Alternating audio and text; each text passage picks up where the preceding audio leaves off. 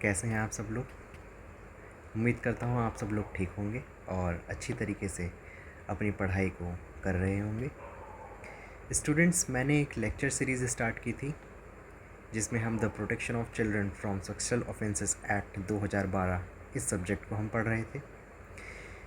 इसी सीरीज़ का पहला लेक्चर, जिसमें हमने चैप्टर नंबर 1 और चैप्टर नंबर 2 को पढ़ाया था, वो लेक्चर अगर किसी स्टूडेंट ने नहीं देखा है तो वो हमारे इस YouTube चैनल पर देख सकता है, जिसका लिंक डिस्क्रिप्शन बॉक्स के अंदर दिया गया है। तो आज के इस लेक्चर में स्टूडेंट्स हम बात करेंगे चैप्टर नंबर 3, चैप्टर नंबर 4 और चैप्टर नंबर 5 के बारे में। ठीक है, तो पढ़ते हैं और देखेंगे इस लेक्चर को। मेरा नाम है पंकज। चलिए स्टार्ट करते हैं आज का लेक्चर। तो chapter number 3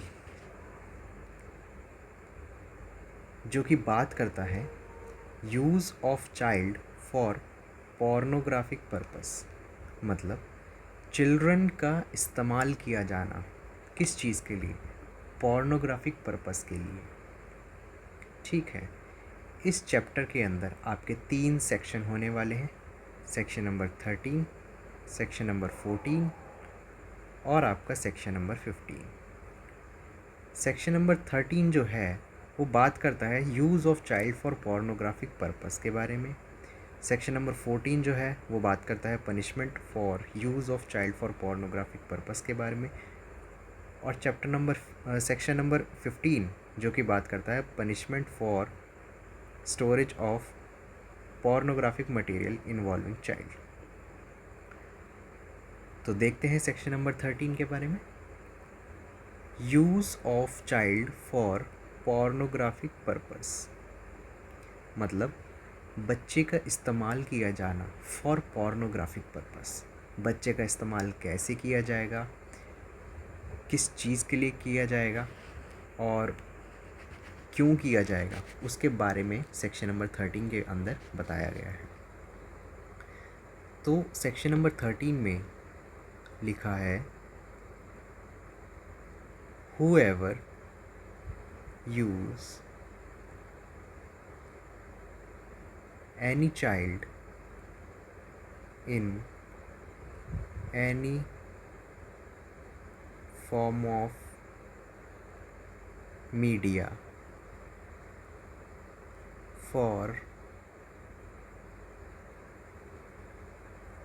purpose of sexual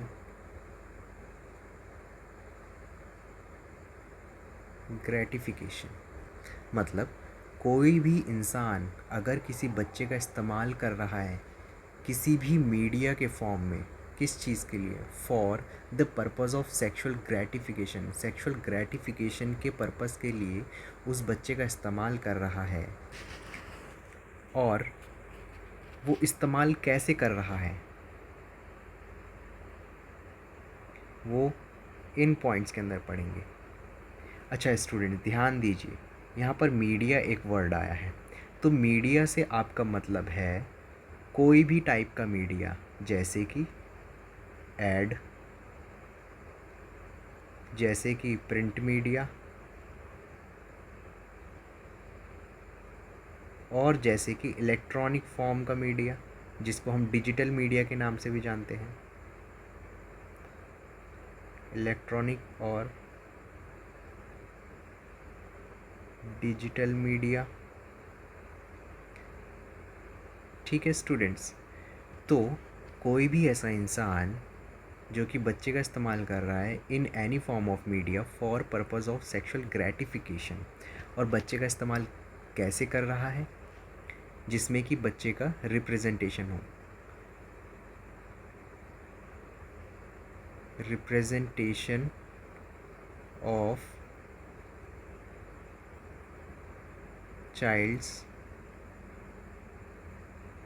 sexual organ, बच्चे का सेक्सुअल ऑर्गन का रिप्रेजेंटेशन। दूसरा, use of child in sexual act, बच्चे का किसी भी सेक्सुअल एक्ट में इस्तेमाल किया जाना, या फिर इंडिसेंट रिप्रेजेंटेशन करना। इंडिसेंट रिप्रेजेंटेशन या obscene representation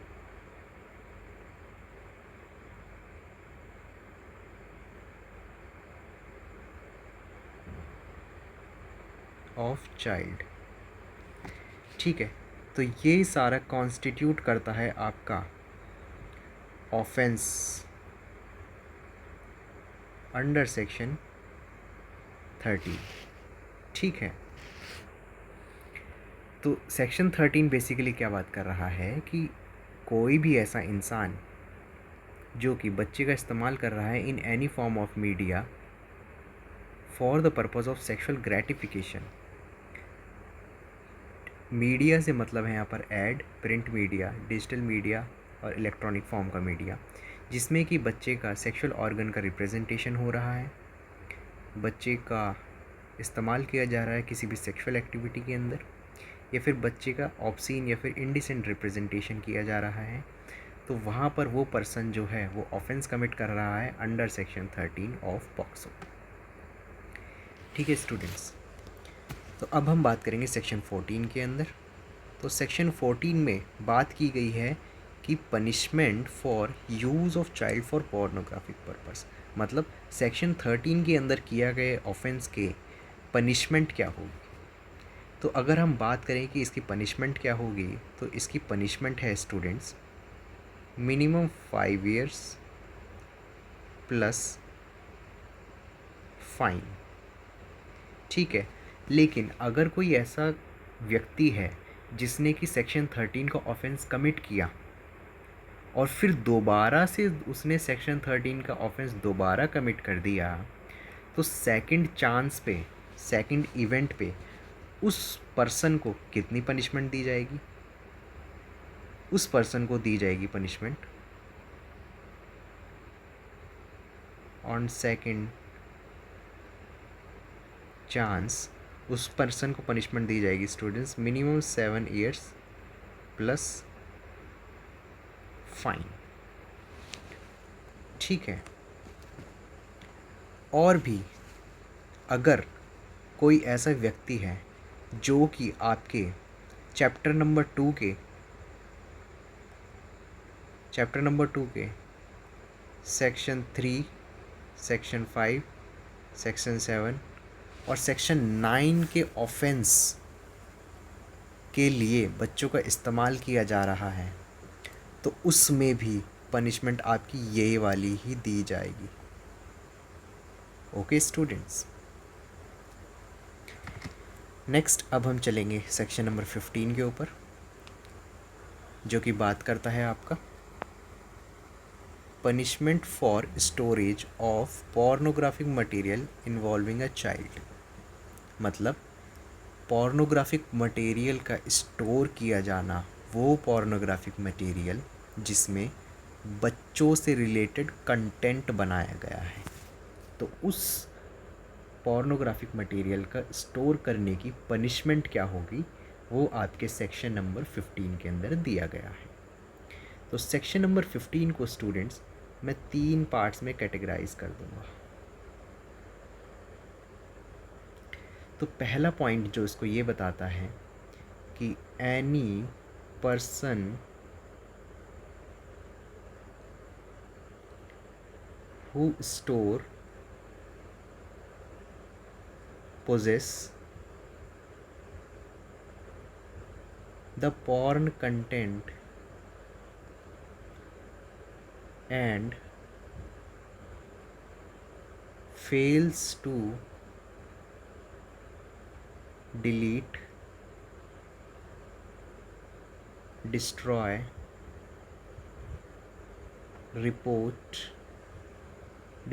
or report to the authority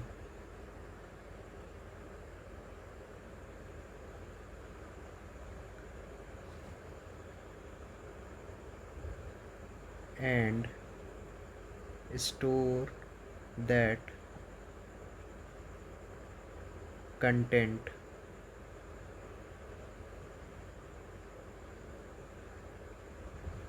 with intention to transmit it. तो इसकी पनिशमेंट क्या होगी?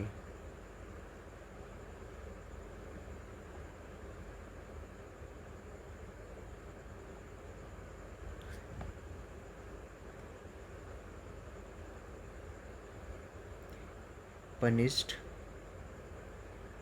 With 5,000 rupees and for second chance 10,000 rupees.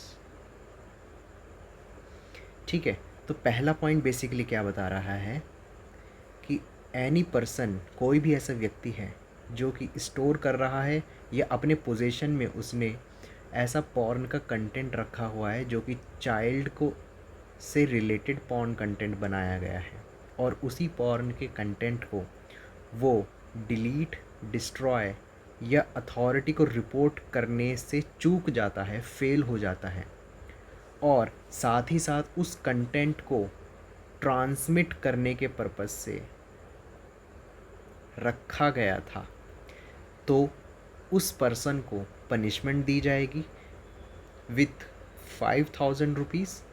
और अगर वो सेम चीज़ सेकंड बार करता है, सेकंड इवेंट करता है उसी चीज़ का, तो उसको 10,000 रुपीज़ की फ़ाइन पनिशमेंट दी जाएगी। ओके स्टूडेंट्स, नेक्स्ट पॉइंट बात करता है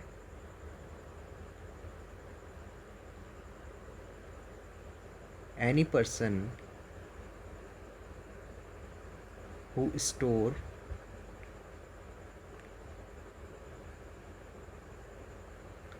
store possess such content and transmit या फिर डिस्प्ले या फिर डिस्ट्रीब्यूट करता है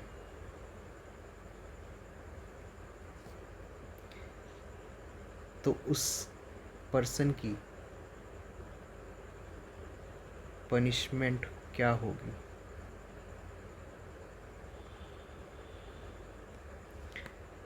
उस पर्सन की पनिशमेंट होगी punished with 3 years plus fine. Second point ये कहता है कि अगर आपका कोई एक ऐसा पर्सन है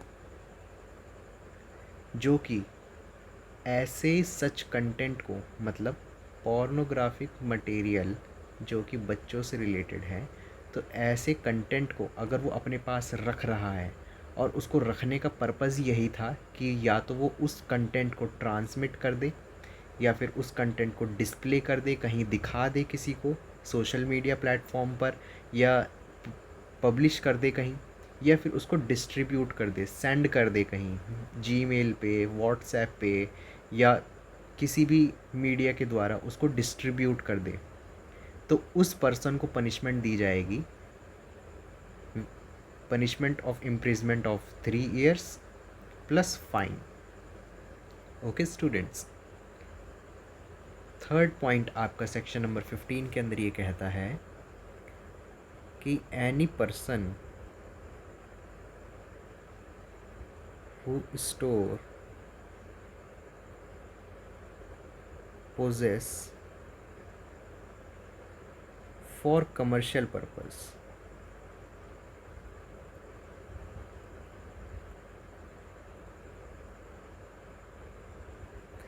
तो उस पर्सन को कौन सी पनिशमेंट दी जाएगी?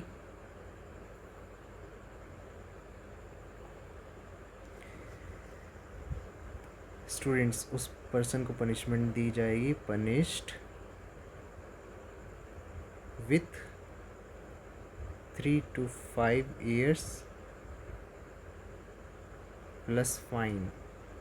लेकिन अगर वही पर्सन सेकंड चांस पे कर दे तो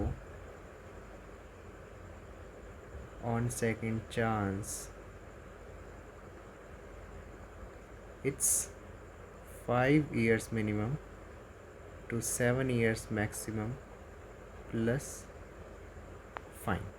थर्ड पॉइंट आपका ये कहता है कि यदि कोई ऐसा पर्सन है जो कि बच्चों से रिलेटेड पॉर्नोग्राफिक मटेरियल को स्टोर करता है या अपने पोजीशन में रखता है, और उसको स्टोर और पोजीशन में रखने का पर्पज़ यही है कि वह उसको कमर्शियल कर सके, मतलब उसको बेच सके, उसको लाइक उससे पैसा कमा सके, कमर्शियल पर्पज़ के लिए, कमर्शियल बिजनेस के लिए उस कंटेंट को इस्तेमाल कर रहा है, उस कंटेंट को रख रहा है अपने पोजीशन में, उसको स्टोर करके रख रहा है, तो उस पर्सन को पनिशमेंट दी जाएगी आपका minimum 3 years maximum 5 years plus fine.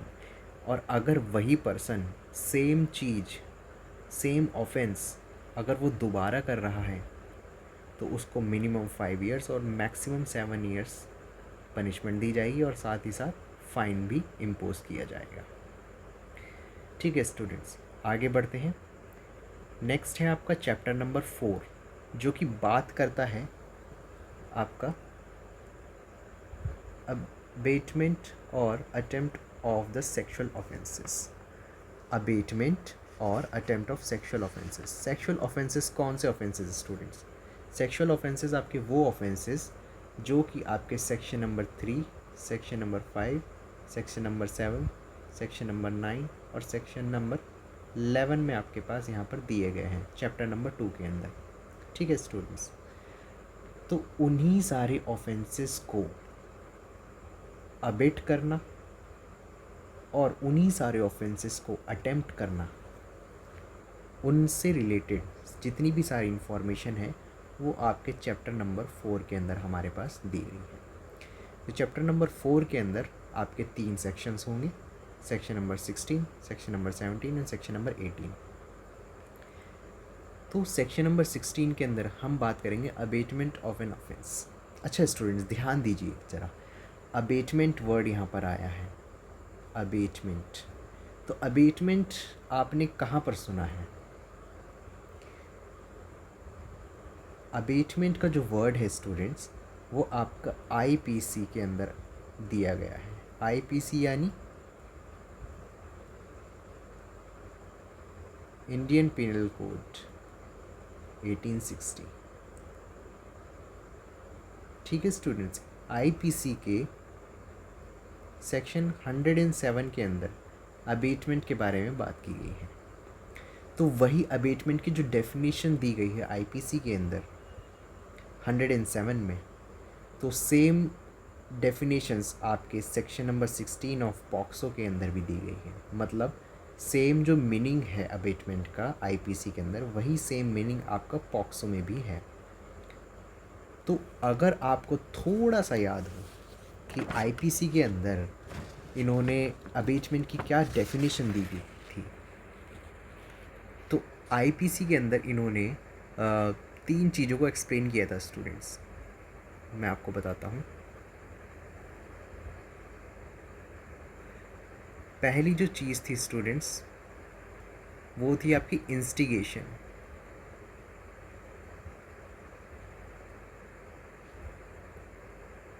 और दूसरी चीज़ जो थी स्टूडेंट्स, वो था आपका कंस्पिरेसी।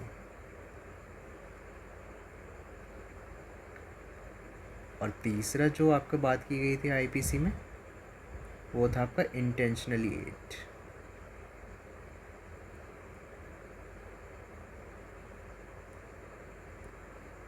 Intentionally aid. तो स्टूडेंट्स, बात करते हैं हम पहले पॉइंट पे। तो पहले पॉइंट में बात कर रहा है इंस्टिगेशन के बारे में। तो मतलब एक कोई भी ऐसा पर्सन है, वो इंस्टिगेट कर रहा है किसी दूसरे पर्सन को कि आप वो ऑफेंस कर दीजिए। ठीक है, तो instigation any person to do an offence. Next बात कर रहा है कंस्पिरेसी के बारे में। मतलब ये वाला जो पर्सन है स्टूडेंट्स, वो आपका कंस्पिरेसी में रहेगा किसी दूसरे पर्सन्स के साथ में, और उन सारे पर्सन्स के साथ में वो पर्सन, ये वाला, तो उन बाकी सारे पर्सन्स के साथ मिल कर के वो ऑफेंस को कंप्लीट करेगा, और कोई भी ऐसी चीज़ों का फैसिलिटेशन करेगा, मतलब उनको अरेंज करेगा कि वह ऑफेंस किया जाए। तो this person engage in conspiracy with other people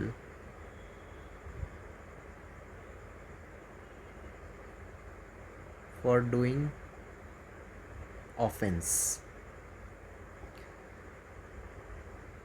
okay students, ये था आपका सेकंड पॉइंट। थर्ड पॉइंट बात करता है इंटेंशनली एड के बारे में।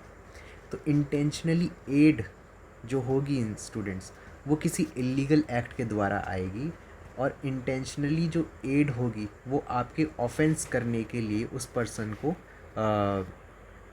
मोटिवेट करेगी बेसिकली। तो intentionally aid by illegal act to do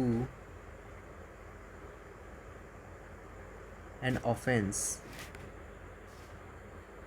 और ठीक है स्टूडेंट्स, ये जो आपके तीनों पॉइंट हैं, ये इंस्टिगेशन, कंस्पिरेसी और इंटेंशनली एड, तो ये जो आपके तीनों पॉइंट्स हैं वो किसी भी फोर्स के द्वारा या फिर कोर्जन के द्वारा या फिर किसी फ्रॉड या फिर किसी अबडक्शन के द्वारा, इन चारों तरीकों के द्वारा चिल्ड्रन को ट्रांसमिट किया जाएगा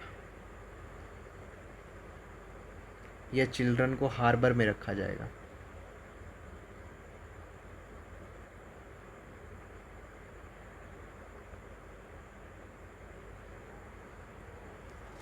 ओके स्टूडेंट्स, तो बेसिकली यहाँ पर सेक्शन 16 के अंदर क्या बात की गई है कि आपका जो पर्सन है वो या तो इंस्टिगेशन करेगा, या तो वो आपका कंस्पिरेसी करेगा, या फिर वो आपका इंटेंशनली एड करेगा। मतलब वो अबेट कर रहा है दूसरे पर्सन को कि आप वो ऑफेंस कीजिए। कौन से ऑफेंसेस? यानी सेक्सुअल ऑफेंसेस। सेक्सुअल ऑफेंसेस वो सेक्सुअल ऑफेंसेस जो कि आपके section number 3, section number 5, section number 7 और सेक्शन नंबर 9 के अंदर यहाँ पर दिए गए हैं। तो किसी भी पर्सन को उन सेक्सुअल ऑफेंसेस को करने के लिए जो अबेटमेंट की पनिशमेंट होगी, मतलब उनको उकसाने की जो पनिशमेंट होगी स्टूडेंट्स, वो पनिशमेंट बिल्कुल वैसी ही दी जाएगी जैसा आपके आईपीसी के अंदर दिया जाता है एक अबेटर को। अबेटर वो जो कि आपके सेक्शन नंबर 108 ऑफ आईपीसी के अंदर डिफाइन किया गया है। तो जितनी पनिशमेंट एक अबेटर को दी जाएगी आईपीसी के अंदर, उसी तरीके से डिक्टो सेम अबेटर को पनिशमेंट दी जाएगी आपके पॉक्सो एक्ट के अंदर।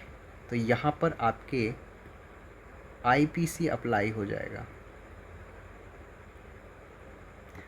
ठीक है स्टूडेंट्स, नेक्स्ट जो है आपका सेक्शन नंबर 18।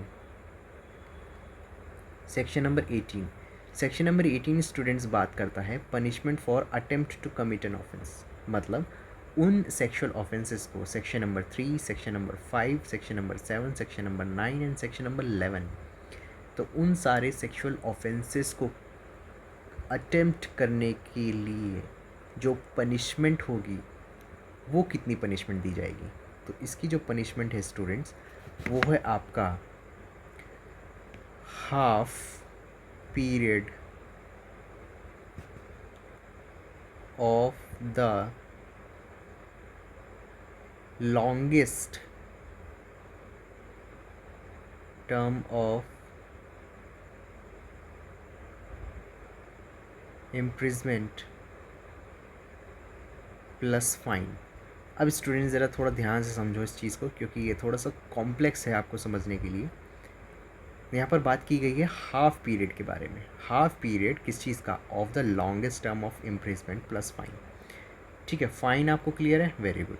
तो यहाँ पर बात कर रहे हैं half period of the longest term of imprisonment. अब सपोज एग्जाम्पल के तौर पे अगर किसी सेक्सुअल ऑफेंसेस के लिए पनिशमेंट है आपकी 3 ईयर्स से लेकर के 7 ईयर्स तक। ठीक है स्टूडेंट्स, तो अगर यहाँ पर 7 ईयर्स से यहाँ पर बात की गई है, तो उसी सेक्सुअल ऑफेंस को अटेम्प्ट करने के लिए जो उसकी पनिशमेंट होगी वो कितनी होगी? यहाँ पर लिखा है half period of the longest term of imprisonment. मतलब लॉन्गेस्ट टर्म इन दोनों में से कौन सा होगा? इन दोनों में से लॉन्गेस्ट टर्म होगा आपका 7 ईयर्स। तो 7 ईयर्स का यहाँ पर क्या बात की गई है? Half period. 7 ईयर्स का हाफ कितना होगा स्टूडेंट्स? 3.5 ईयर्स। तो 3.5 ईयर्स की पनिशमेंट आपकी किस चीज़ की हो जाएगी? उस चीज़ को अटेम्प्ट करने की। ठीक है स्टूडेंट्स, तो ये यहाँ पर इसी चीज़ के बारे में बात की गई है कि किसी भी सेक्सुअल ऑफेंसेस की लॉन्गेस्ट टर्म ऑफ इम्प्रिजमेंट का हाफ और साथ ही साथ फाइन। तो ये आपका यहाँ पर डिसाइड किया गया है। और इसका जो हाफ पीरियड होगा स्टूडेंट्स, ठीक है, इसका जो हाफ पीरियड होगा, अगर कभी ऐसा हो कि किसी सेक्सुअल ऑफेंसेस में लॉन्गेस्ट टर्म जो है वो लाइफ इम्प्रिजमेंट है,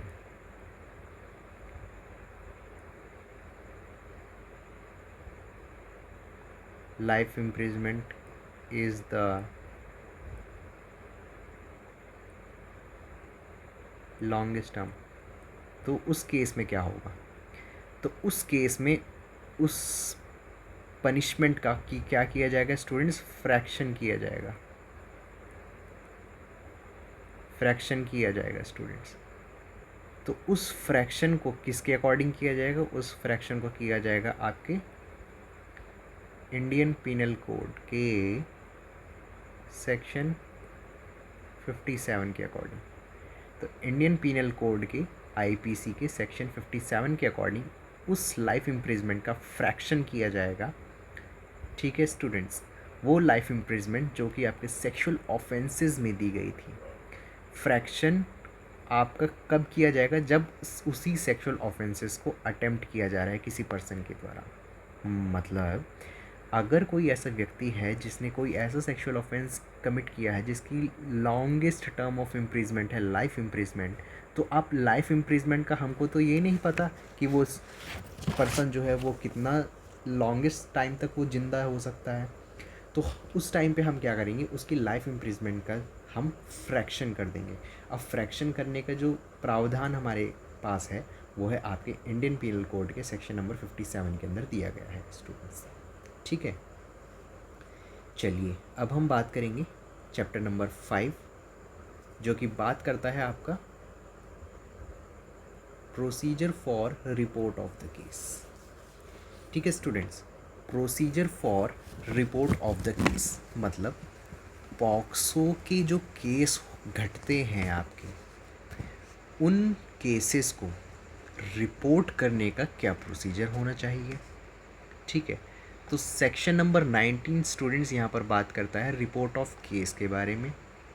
सेक्शन नंबर 20 यहाँ पर बात करता है ऑब्लिगेशन ऑफ मीडिया, स्टूडियो और photographic facilities to report a case के बारे में। सेक्शन नंबर 21 यहाँ पर बात करता है punishment for failure to record report cases के बारे में। सेक्शन नंबर 22 यहाँ पर बात करता है पनिशमेंट फॉर फॉल्स कंप्लेंट और false information related to POCSO cases. And section number 23 यहाँ पर बात करता है procedure for media in handling of the POCSO cases. तो स्टूडेंट्स बात करेंगे सेक्शन नंबर 19 के बारे में। तो सेक्शन 19 बेसिकली आपका बताता है कि रिपोर्ट ऑफ केस मतलब पॉक्सो के केस को किस तरीके से रिपोर्ट किया जाएगा। ठीक है, अच्छा इस चीज़ को स्टूडेंट थोड़ा सा बच्चों ध्यान देना कि जो आपका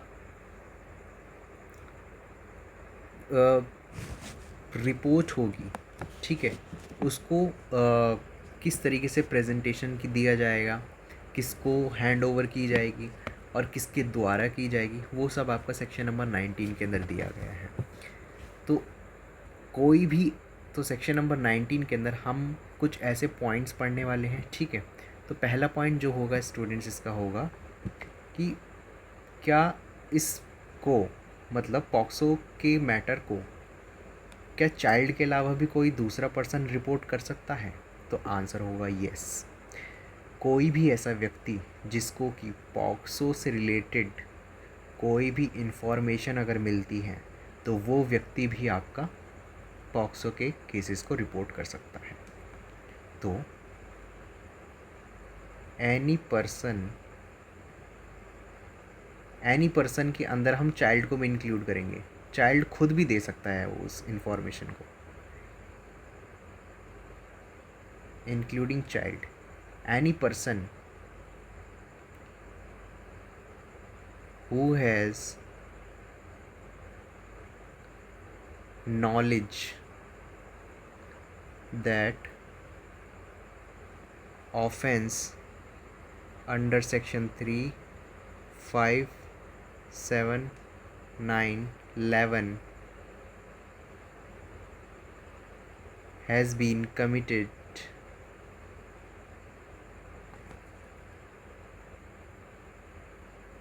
shall provide information। ठीक है, अब वो इस रिपोर्ट को मतलब वो उस पॉक्सो से रिलेटेड इंफॉर्मेशन को किसको देगा स्टूडेंट्स, वो इंफॉर्मेशन देगा आपका स्पेशल पुलिस जुवेनाइल यूनिट को। स्पेशल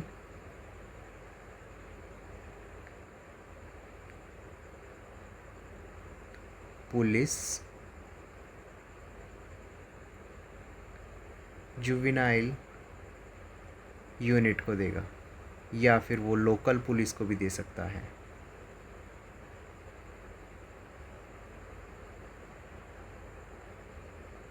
ठीक है स्टूडेंट्स, तो कोई भी ऐसा व्यक्ति जिसको कि पॉक्सो से रिलेटेड कोई भी इंफॉर्मेशन मिलती है कि पॉक्सो का कोई भी ऑफेंस घटा गया है, मतलब पॉक्सो का कौन सा offence, section 3, section 5, section 7, section 9 और सेक्शन 11, इनमें से कोई भी ऑफेंस घटा गया है, तो उस ऑफेंस से रिलेटेड वो इन्फॉर्मेशन देगा स्पेशल पुलिस जुवेनाइल यूनिट को या फिर लोकल पुलिस को इन्फॉर्मेशन देगा। ठीक है, नेक्स्ट पॉइंट स्टूडेंट उसको ध्यान रखना है कि जो वो इन्फॉर्मेशन देगा उस इन्फॉर्मेशन को रिकॉर्ड किया जाएगा राइटिंग में, रिकॉर्ड इन राइटिंग। ठीक है, और उसी रिपोर्ट को इन्फॉर्मेंट के सामने उसका एक रीड ओवर किया जाएगा, मतलब उसको पढ़ा जाएगा। तो a read over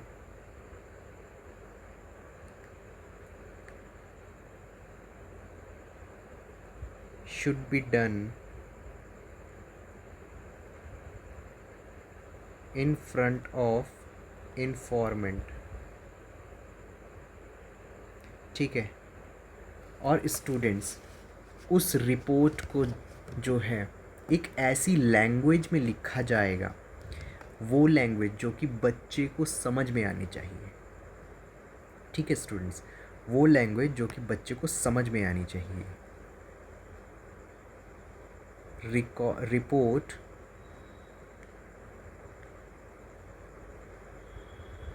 recorded in language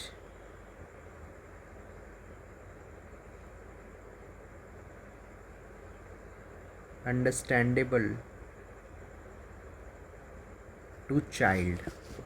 ठीक है स्टूडेंट्स, लेकिन कभी अगर ऐसा हो कि जो रिपोर्ट लिखी गई है वो चाइल्ड को प्रॉपर तरीके से समझ में नहीं आ रही है, या फिर चाइल्ड जो घटना बताना चाह रहा है वो रिपोर्ट लिखने वाले को समझ में नहीं आ रहा है, मतलब चाइल्ड क्या करेगा, देखो अगर माइनर चाइल्ड है, कोई 4-5 साल का बच्चा होगा, तो फिर वो किस तरीके से बात करेगा कि लाइक अपनी पूरी स्टोरी को कैसे सुनाएगा, ठीक है। या तो वो जेस्चर के थ्रू बताएगा या फिर वो कोई अजीब सी आवाज़ निकालेगा, हकलाएगा बोलते हुए, है ना। तो कोई भी ऐसे साइंस या कोई भी ऐसे वर्ड्स या कोई भी ऐसा साउंड या कोई भी ऐसा जेस्चर अगर वो बता रहा है और वो किसी की समझ में नहीं आ रहा है, तो उस चीज़ को समझने के लिए एक स्पेशल ट्रांसलेटर की रिक्वायरमेंट होगी और एक स्पेशल ट्रांसलेटर को अपॉइंट किया जाएगा जो कि उस कम्युनिकेशन को कंप्लीट करेगा with in the between the child and the officer who is going to report the case. Means translator is needed or appointed to complete the communication with child। Okay students, ये चीज़ हो गई। Next point ये बात करता है cases को report करने के लिए कि जो जब आपका केस पुलिस ऑफिसर के सामने आएगा तो पुलिस ऑफिसर उस चाइल्ड को प्रोटेक्ट करने के लिए, उस चाइल्ड को केयर करने के लिए पुलिस उसको उस लोकेशन से लेकर के किसी ऐसी जगह पे लेकर के जाएंगे जहाँ पर उस चाइल्ड को प्रॉपर तरीके से सेफली प्रोटेक्टेड फॉर्म में रखा जाएगा और उस चाइल्ड की प्रॉपर तरीके से जहाँ पर केयर की जाएगी। तो ऐसी लोकेशन पे उसको लेके जाया जाएगा या फिर पुलिस ऐसी चीज़ों के लिए, मतलब किस चीज़ के लिए, प्रोटेक्शन के लिए बच्चे की और बच्चे की केयर के लिए कुछ ऐसी स्पेशल अरेंजमेंट का लाइक उनको अरेंज करेगी, उनको एग्जीक्यूट करेगी। तो पुलिस और जो भी स्पेशल अरेंजमेंट पुलिस कर रही है उसी सारे स्पेशल अरेंजमेंट के बारे में वो राइटिंग में भी उस चीज़ को रिकॉर्ड करेगी। तो पुलिस यहाँ पर क्या कर रही है, police make special arrangement for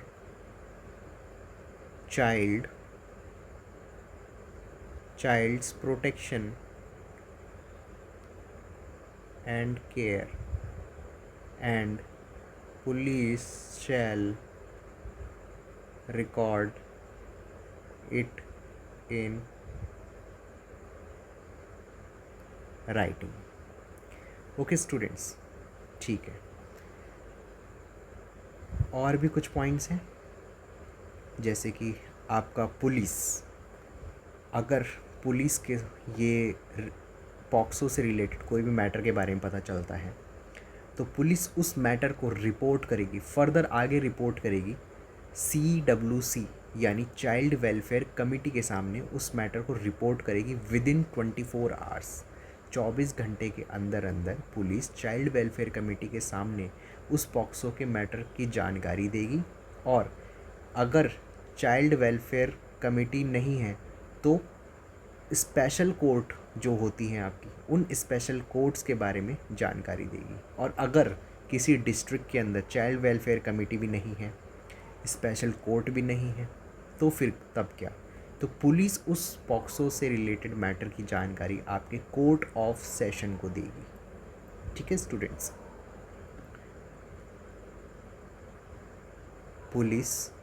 police के अलावा कोई भी ऐसा दूसरा अन्य व्यक्ति भी कर सकता है ये चीज़। तो पुलिस या फिर any person report the POCSO matter to child welfare committee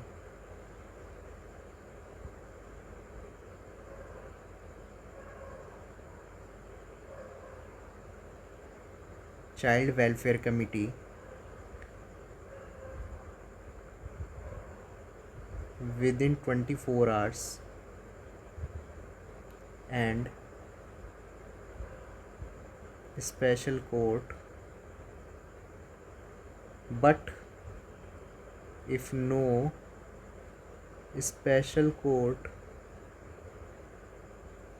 is there, then police या any person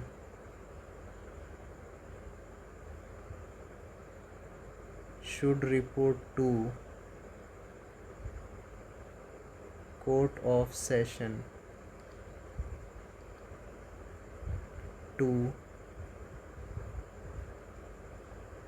take action for protection of child की प्रोटेक्शन के लिए कोर्ट ऑफ सेशन जो होगी वो एक्शन भी ले सकती है। ठीक है, नेक्स्ट पॉइंट स्टूडेंट्स ये है कि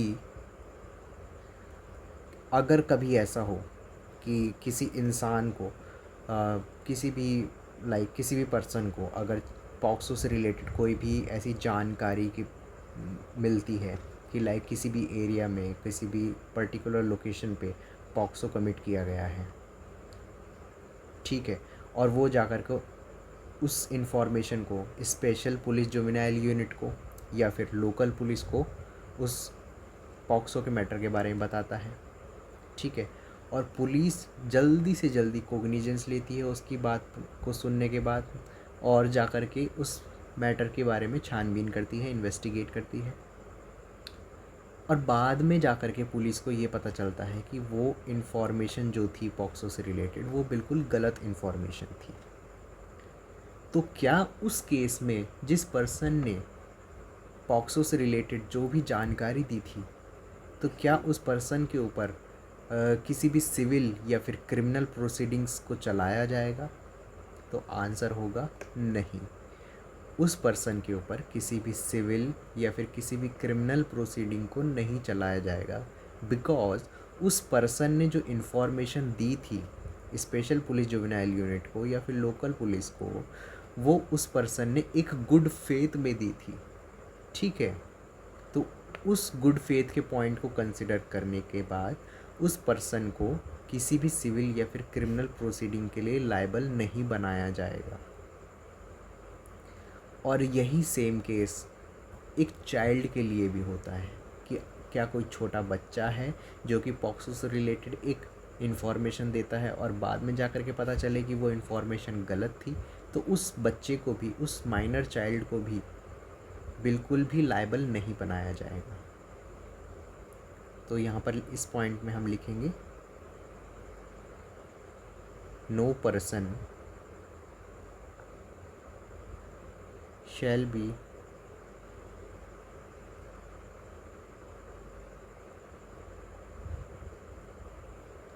held liable in civil or criminal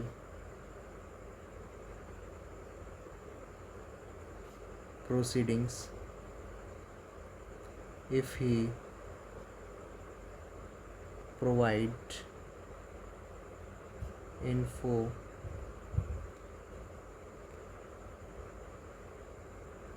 in good faith. ठीक है स्टूडेंट्स, तो ये कंप्लीट आपका जो प्रोसीजर है सेक्शन नंबर 19 के अंदर वो ये है, ठीक है, कि आपका कोई भी ऐसा पर्सन जो कि जिसके नॉलेज मिलती है कि यहाँ पर किसी लोकेशन पर पॉक्सो कमिट किया गया है और वो ऑफेंस जो है वो आपका सेक्शन 3, 5, 7, 9 इनमें से कोई एक ऑफेंस है, तो वो उस ऑफेंस के बारे में इंफॉर्मेशन आपका स्पेशल पुलिस जुवेनाइल यूनिट को या फिर लोकल पुलिस अथॉरिटी को देगा और वो इंफॉर्मेशन रिकॉर्ड की जाएगी आपकी राइटिंग में, और वो इंफॉर्मेशन को जो कंप्लेन होगी उस कंप्लेन को आपको पढ़ा जाएगा इन्फॉर्मेंट के आगे, ठीक है। और वो इन्फॉर्मेशन जो रिकॉर्ड की जा रही है, वो कंप्लेन जो रिकॉर्ड की जा रही है स्टूडेंट्स, वो कंप्लेन रिकॉर्ड की जाएगी एक ऐसी लैंग्वेज में जहाँ जो लैंग्वेज एक बच्चे को, मतलब जिस बच्चे के बारे में ये इन्फॉर्मेशन है उस बच्चे को समझ में आए। और कभी ऐसे कारणवश अगर उसको समझ में नहीं आती है तो वहाँ पर एक ट्रांसलेटर का भी इस्तेमाल किया जाएगा। ठीक है स्टूडेंट्स, जहाँ पर वो बच्चा जो होगा, चिल्ड्रन जो होगा, वो अपनी बात को ठीक तरीके से कह पाएगा, अपनी बात को ठीक तरीके से समझा पाएगा। और पुलिस अथॉरिटीज़ जो है वो आपके उस चिल्ड्रन को प्रोटेक्ट करने के लिए कुछ स्पेशल अरेंजमेंट करेगी, उस चिल्ड्रन की केयर के लिए कुछ स्पेशल अरेंजमेंट करेगी, और उन अरेंजमेंट के बारे में वो रिकॉर्ड भी करेगी राइटिंग में। नेक्स्ट, पुलिस अथॉरिटी जो होगी या फिर कोई भी ऐसा पर्सन जिसको पॉक्सो के बारे में पता लगेगा तो वो उस मैटर को रिपोर्ट करेगा चाइल्ड वेलफेयर कमेटी के विद इन 24 आवर्स, या फिर स्पेशल कोर्ट को रिपोर्ट करेगा।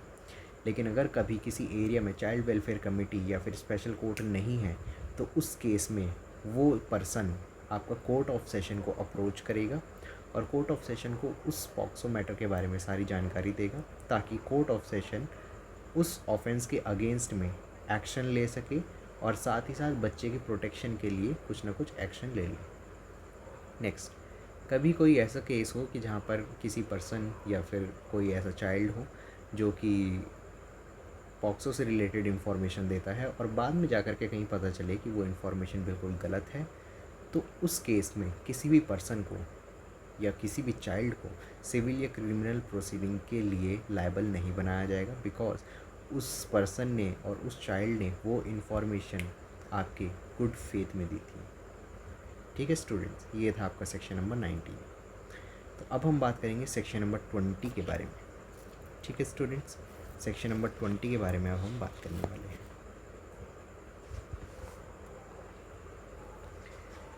तो सेक्शन नंबर 20 आपका बताता है ऑब्लिगेशंस ऑफ मीडिया के बारे में। Obligations of media, studio and photographic facilities to report a case. ठीक है, तो यहाँ पर क्या होगा कि any person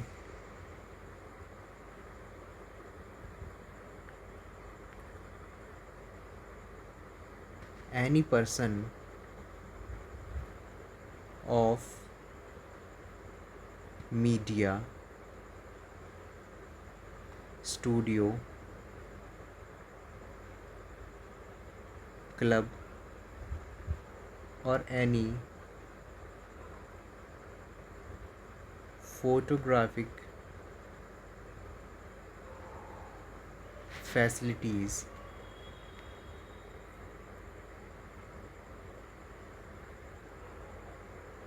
when come across any material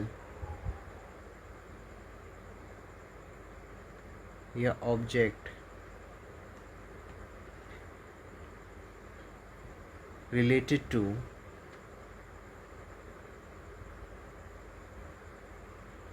exploitation of child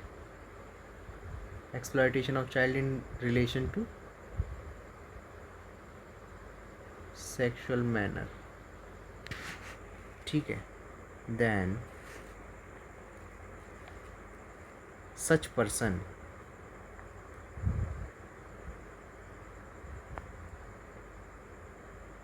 shall provide that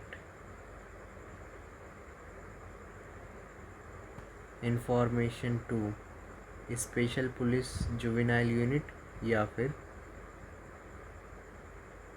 local police. Okay students, यहाँ पर सेक्शन 20 के बारे में बात करता है कि कोई भी मीडिया, स्टूडियो या फिर फोटोग्राफिक फैसिलिटीज़ के ऊपर ये जिम्मेदारी भी होती है कि अगर वो किसी ऐसे मटेरियल या किसी ऐसे ऑब्जेक्ट के साथ गो थ्रू करते हैं जिसमें कि चिल्ड्रन का सेक्सुअल मैनर में एक्सप्लॉयटेशन किया जा रहा है, तो वो पर्सन आपका ऐसी इन्फॉर्मेशन को स्पेशल पुलिस जुवेनाइल यूनिट या फिर लोकल पुलिस को दे देगा। ठीक है, दे देगा मतलब उसको रिपोर्ट कर देगा, ताकि उस ऑफेंस के लिए या फिर उस एक्ट के लिए प्रॉपर एक एक्शन लिया जाए। ठीक है स्टूडेंट्स, ओके आगे चलेंगे। सेक्शन नंबर 21 सेक्शन नंबर 21 बात करता है आपका punishment for failure to record और report the case.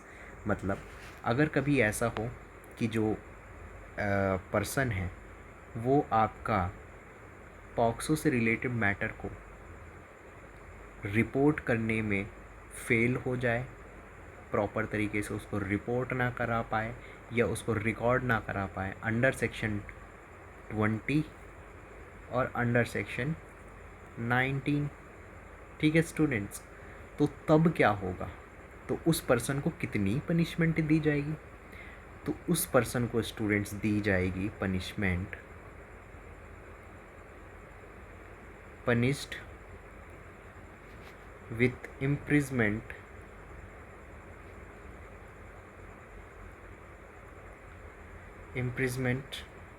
of 6 months plus fine. Okay students, ठीक है। अगर वो पर्सन जो है, अगर वो उस स्पेशल पुलिस जुवेनाइल यूनिट या फिर लोकल पुलिस को ही नहीं दे पाया या फिर उसको रिपोर्ट नहीं कर पाया किसी कारण से, तो उस पर्सन को कितनी पनिशमेंट दी जाएगी, मतलब failure to report under section 19 clause 1, तो उस केस में पनिशमेंट दी जाएगी आपकी punished with 1 year plus fine. ठीक है स्टूडेंट्स, इम्प्रिजमेंट ऑफ 1 ईयर और फाइन यहाँ पर, और यहाँ पर आपकी पनिशमेंट है मिनिमम मतलब imprisonment of 6 months and fine. Next है आपका सेक्शन नंबर 22 जो कि आपका बात करता है पनिशमेंट फॉर फॉल्स कंप्लेन और फॉल्स इन्फॉर्मेशन। अब यहाँ पर मैंने उस टाइम पे क्या कहा था कि अगर कोई भी इंफॉर्मेशन मिस इन्फॉर्मेशन देता है किसी भी अथॉरिटी को, तो क्या उसको लायबल बनाया जाएगा, तो मैंने उस टाइम पे कहा था कि उसको लायबल बिल्कुल नहीं बनाया जाएगा क्योंकि वो गुड फेथ में दे रहा था। ठीक है, लेकिन सेक्शन 22 उसको पनिशमेंट देगा। कब देगा, उसकी भी एक कंडीशन है कि अगर वो पर्सन जो है वो इन्फॉर्मेशन इस रीज़न से दे रहा है कि ताकि उस सामने वाले पर्सन को ह्यूमिलिएट किया जाए या फिर उसको डिफेम किया जाए, मतलब उसकी बदनामी की जाए। तो अगर बदनामी के रीज़न से उससे रिलेटेड कोई भी गलत इन्फॉर्मेशन को अगर वो फैला रहा है और गलत इन्फॉर्मेशन को रिपोर्ट कर रहा है, तो उस केस में उसको पनिशमेंट दी जा सकती है। ठीक है स्टूडेंट्स, तो यहाँ पर जो पनिशमेंट लिखी है उस केस में कि अगर कोई भी ऐसा पर्सन है जो कि section number 3, section number 5, section number 7 और सेक्शन नंबर 9 के अंदर किसी भी सेक्सुअल ऑफेंस से रिलेटेड किसी भी पॉक्सो के मैटर को रिपोर्ट करता है just to defame the child और just to defame the other person और just to humiliate the child और just to humiliate the other person, then जो उसकी पनिशमेंट होगी स्टूडेंट्स वो होगी 6 मंथ्स प्लस फाइन। ठीक है स्टूडेंट्स, वहाँ पर आपकी 6 मंथ्स प्लस फाइन। तो अगर कभी ऐसा हो कि जब आपका ये कोई चाइल्ड ही ऐसी फॉल्स कंप्लेन या फिर फॉल्स इन्फॉर्मेशन को दे दे, तब क्या होगा, तो उस केस में आपकी चाइल्ड को क्या पनिशमेंट दी जाएगी, तो आंसर होगा नहीं। उस केस में चाइल्ड को पनिशमेंट बिल्कुल भी नहीं दी जा सकती है। ठीक है, तो फॉल्स कंप्लेन या फिर फॉल्स इन्फॉर्मेशन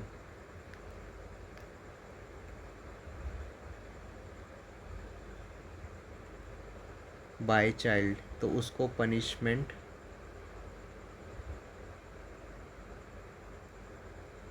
नहीं दी जाएगी। ठीक है students.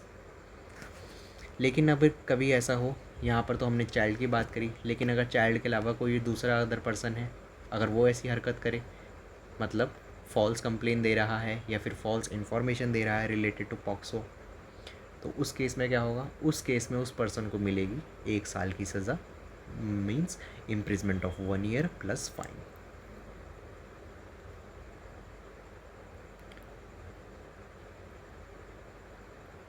False complain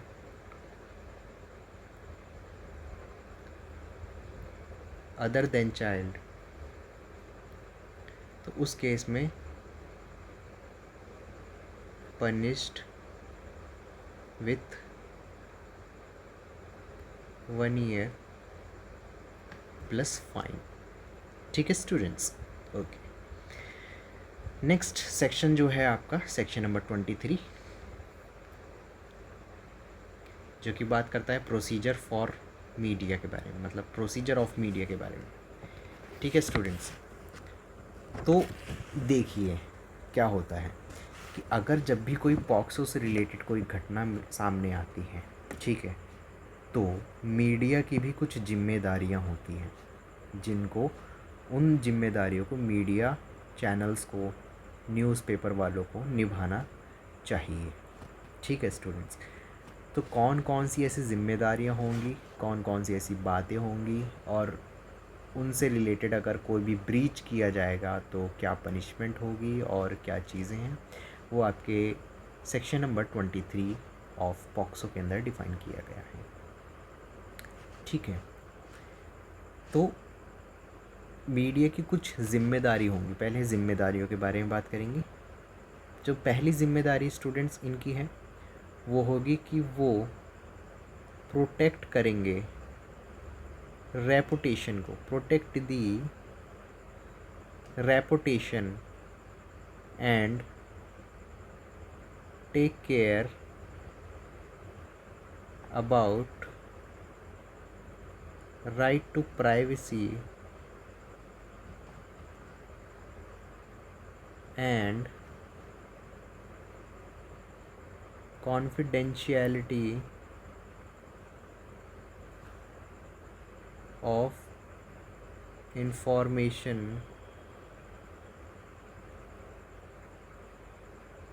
related to child। बच्चों से रिलेटेड जितनी भी इंफॉर्मेशन होगी उसको कॉन्फिडेंशियल तरीके से रखा जाएगा, और साथ ही साथ बच्चों की राइट टू प्राइवेसी का भी ध्यान रखा जाएगा, और बच्चों की रेपुटेशन का भी ध्यान रखा जाएगा। ठीक है, कि बच्चों से रिलेटेड कोई भी इंफॉर्मेशन को डिस्क्लोज़ ना किया जाए, वगैरह वगैरह। ठीक है, next, non disclosure of identity of child. बच्चों की आइडेंटिटी मीन्स बच्चों का नाम, बच्चों का एड्रेस, बच्चों का स्कूल का नाम, बच्चों के घर का नाम, और बच्चों के पेरेंट्स का नाम, या बच्चों से रिलेटेड जो भी ऐसी आइडेंटिटी जो कि बच्चों की पहचान करवाती हो, उस आइडेंटिटी को डिस्क्लोज़ नहीं किया जाएगा। नेक्स्ट, अगर मीडिया इन चीज़ों को कॉम्प्लाई नहीं करती है तो उनकी क्या पनिशमेंट होगी? उसकी पनिशमेंट दी गई है आपकी imprisonment of 1 years plus fine. ठीक है स्टूडेंट्स, तो यहीं तक है आज का लेक्चर। आज के इस लेक्चर में स्टूडेंट्स हमने बात करी है चैप्टर नंबर आपके 3, जिसमें हमने पढ़ा use of child for pornographic purpose में। फिर हमने पढ़ा था चैप्टर नंबर 4, जिसमें हमने बात करी अबेटमेंट और अटेम्प्ट ऑफ सेक्सुअल ऑफेंसेस के बारे में। नेक्स्ट स्टूडेंट हमने पढ़ा चैप्टर नंबर 5, जिसमें हमने procedure for report of case के बारे में हमने जानकारी ली। तो आज के लेक्चर के लिए सिर्फ इतना ही। अगले लेक्चर में हम स्टूडेंट्स पढ़ेंगे बाकी के सारे चैप्टर्स को। तब तक के लिए good night, take care and bye bye. अच्छे से पढ़िए और जल्दी जल्दी अपने लिए सक्सेस लेकर के आइए। ओके।